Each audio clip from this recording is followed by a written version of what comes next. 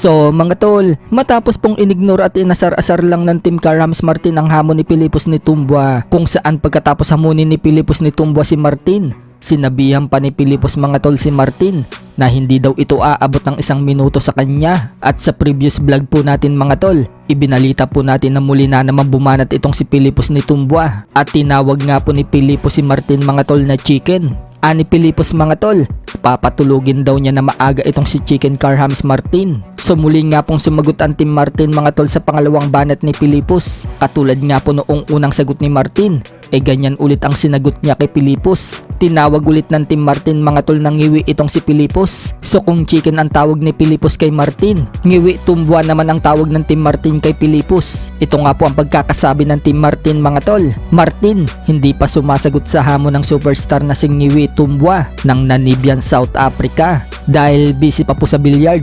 Wait lang po sir. So binago nga po nila ang apelyido ni Pilipos, ginawang ngiwi Tumbua at superstar pa daw ito. So parang kabaliktaran yan mga tol. Nakisakay naman sa biruan mga tol ang middleweight prospect natin na si Wiljon Mindoro at tinawag din niyang ngiwi si Pilipos. Special training ni Wonderboy para matalo si Tumbua. Ngiwi Tumba, ngiwi. Ano? Ikaw, Wiljon, pangiwi-ngiwi tumba ka dyan, ha? Ikaw talaga, Wiljon ka. Sa ngayon mga tol, mukhang malabo talagang patulan ni Wonderboy itong si Pilipos. Bukod po kasi na naka-schedule na ang laban ni Carhams Martin sa susunod na linggo kontra kay Mexican fighter Ruben Tostado Garcia. May plano na po si Sean Gibbons mga tol na ipalaban si Carhams Martin sa susunod na taon sa isang big fight. Tuloy-tuloy na nga po yan mga tol hanggang mapalaban na si Carhams Martin sa world title fight. Sa kabilang banda naman mga tol, matapos po nating maibalita ang malungkot na balita kahapon na bumagsak na naman po sa ranking si Casimero sa WBO Super Bantam, kung saan mula po number 6 spot napunta na po sa number 7 spot si Casimero. At ang ipinalit po sa pwesto niya mga tol ay itong si Luis Nery na ngayon nasa pang number 6 spot na sa ranking sa WBO Super Bantam. So kung may bad news mga tol, meron naman po tayong good news dahil ang isa pa po natin pambato sa Super Featherweight mga tol na si former WBC Featherweight World Champion Mark Magsayo, umangat po siya sa ranking sa WBO Super Featherweight mula po kasi sa number 4 spot.